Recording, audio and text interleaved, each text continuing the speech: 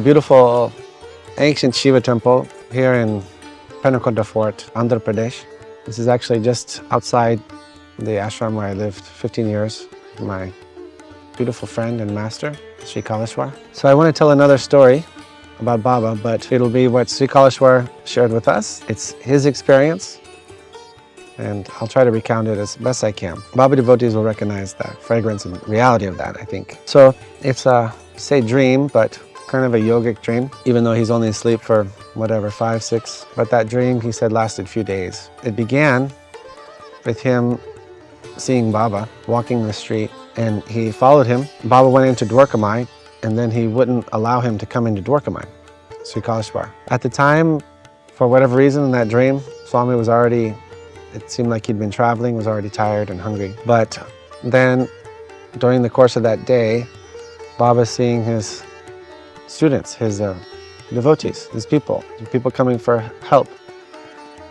He's receiving everybody, talking to them, having a good time, feeding them, like all day in the hot sun. And Swami just had to stand outside the door. He was not leaning against the wall. He's just simply standing in Baba's sight. Baba's by the Duni, but Baba's completely ignoring him that entire time, like 12 hours. Then the sun is setting, and then it starts raining. It's getting cold at night. Swami's standing outside in the rain. He's shivering like hours and hours. Even though it's a dream, it's happening in real time for him. It's not exactly a dream. He loves Baba so much. Baba's his guru since he's a boy. He always said his number one pain was not having a guru in the physical body, someone he could talk to and share his pain with and massage and eat, stuff like that.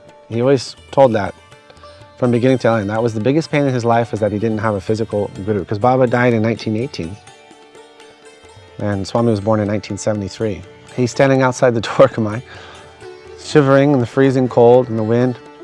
Baba's inside by the fire. All the people are gone. Baba's meditating by the fire. He's watching Baba. He's watching. All he's doing is standing and he's watching Baba the whole day. Into the night, by 9, 10 o'clock, 11 o'clock, everybody's out. Only a few guys are there. Still, he's ignoring Swami completely. Finally, 1 a.m., 2 a.m., those guys go to bed. Baba's there alone. One of the things that Swami said, one of his weaknesses was he hates cold.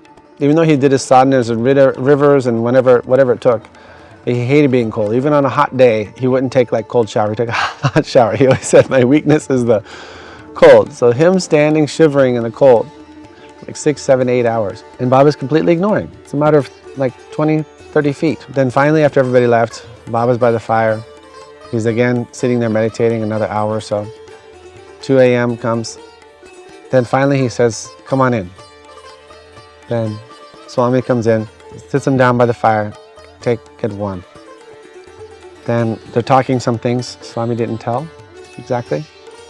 He's so happy just to be at that point. He's just happy to be out of the rain and the cold.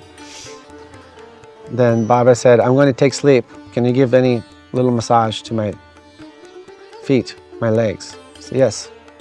And Baba's laying down, and then he's massaging his legs and his feet. And Baba's a little bit snoring, half an hour, 45 minutes, something.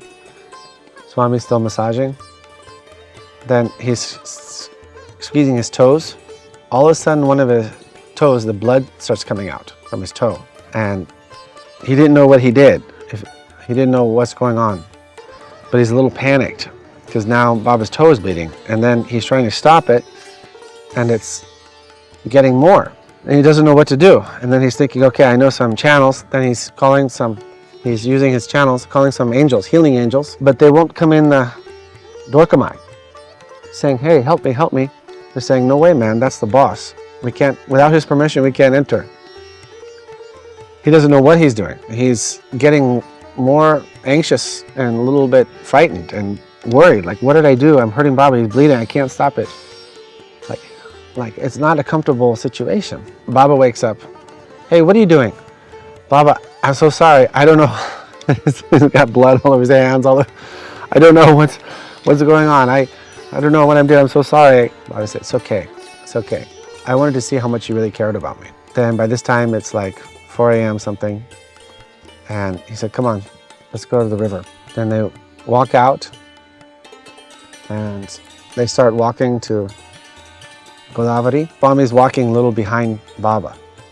A little behind, because it's Baba. Then Baba says, hey man, walk beside me. He said, don't walk behind, don't walk in front. Walk side by side. It's a deep meaning, every point he's saying. Then they're walking in silence, they walk all the way to the river. He tells him to sit on the rock. Baba goes inside the river. And Swami's watching. All of a sudden, he starts retching. Swami doesn't know what's wrong. It looks like a problem. Baba, you okay? Baba, you okay? Baba said, it's like just made a motion. Then he's vomiting and vomiting. Then all of a sudden, he starts vomiting out. His intestines start coming out. Swami's watching this whole time. Then after 5-10 minutes, he vomited out entire his intestines. Tract came out. He starts washing that in the river. It's a lot of blood. And he's making it into pieces.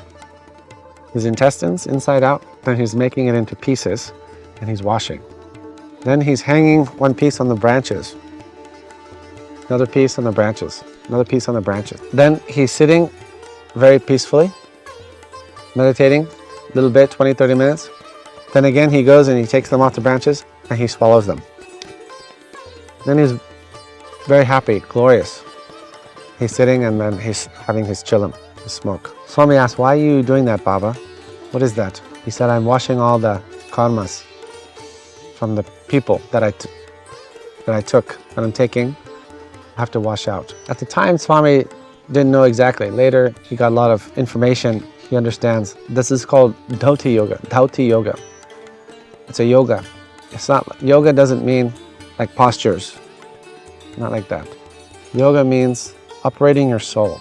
There's 18 top yogas. Devotee yoga is one yoga.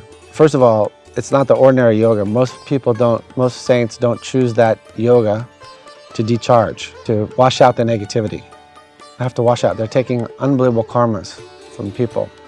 Lifetimes and lifetimes and lifetimes. Whoever's coming, whoever's coming, whoever's coming. Then he said how he approaches the energy, like so strong and straight and stiff and bold. Actually, that yoga is incredibly painful. It's incredibly painful to do that. Anything, even though it sounds, I understand how it sounds, okay, it's a dream, but it was kind of a little bit real dream, playing with the Kala Chakra. But also, Baba, I think also that people witnessed that, like Tatya, same Tatya, Lakshmibai's son, who she's taking care of since he's a boy. He put him in the river while he did that, in the water, and all the blood is going on him. That was his way of blessing him, blessing Tatya. The soul energy of his inside coming, washing on Tatya. There's another yoga called Kandana yoga.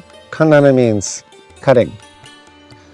That's one yoga. You can read about it also, some instances. I believe, is it Yogananda? I believe Yogananda, Autobiography of a Yogi, talked about one saint that there was a robber in the area, robber murderer in the area, who was dressing as a saint. And this saint was walking along the bridge and he fit the description, and 2 Indian police officers thought that was him. They ran up and they told him to stop. They told him to stop. And he kept on walking. Then one took his sword and they cleaved his shoulder. You can read that. That's in a police report. The British police have a lot of amazing stories around saints. They cleaved his shoulder. Then he turned around. Then they saw it wasn't him. It's an old, beautiful saint. They're mortified. They're apologizing. Oh my God, please forgive us. We thought you were... He said, it's okay, it's okay, it's okay. Then he took the arm, then he put it back. Then they can see just the line. Then they don't believe he's okay. He's like, no, it's okay, it's okay. This is God's will, no problem. He said, come back next week, I'll show you. Everything will be perfect, totally normal. You didn't hurt me at all. Then they came back next week. He met them at the bridge, the same spot. Then he showed. There's no scar, there's no line, there's no anything. It's perfectly normal. That's called Kandana yoga. Baba also did Kandana yoga. One night, generally they'll do in the 1 to 3 a.m. time. It's a top energy time. They're doing the 1 to 3 a.m. Then he did the Kandana yoga. He's cutting his arms. It sounds impossible because it's supernatural, but it's possible. It's a very special yogi. He cut his arms and his legs and his head, and he's in pieces in the Dwarkamai. And the blood is all over the ground, everything. And someone, I don't know who that was, they walked in Dwarkamai early morning, they saw Baba's in pieces. They thought, oh, finally someone killed him. In India, generally, if there's like an accident or some kind of thing and you report that to the police, first the police will hold you. They'll hold you. You're suspect number one. So he didn't tell anything. Just he went back to his house and he's sitting and he's crying and he's waiting for the screams to start when people come in the morning to start doing harati. 4:30, 5 comes. He knows the people are in there, but there's no screaming, there's no commotion. He walks over, then he sees Baba. He's sitting in the fire, he's sitting in the Dwarkamai very happily, like normal. He doesn't know what happened. He thinks did I imagine everything? Like, am I crazy? Baba gave him a little look. Don't worry, man. Then he told him later, hey, you saw me doing my process. It's okay. So like this, these yogas, they're not all like that. They're not all rough like that. One yoga is pulling any divine soul. One yoga is taking your soul out from your body. Parakaya Pravesh, putting in another body or object. Sugandha Bhasma, like different yogas. Those are like a little bit Agora tracked yogas, very intense. Baba's Agora, he's an Agora. He's a Dattatreya character. We did one video in Shirdi and everybody liked that. They asked for more stories. This is not my experience, this is not my knowledge.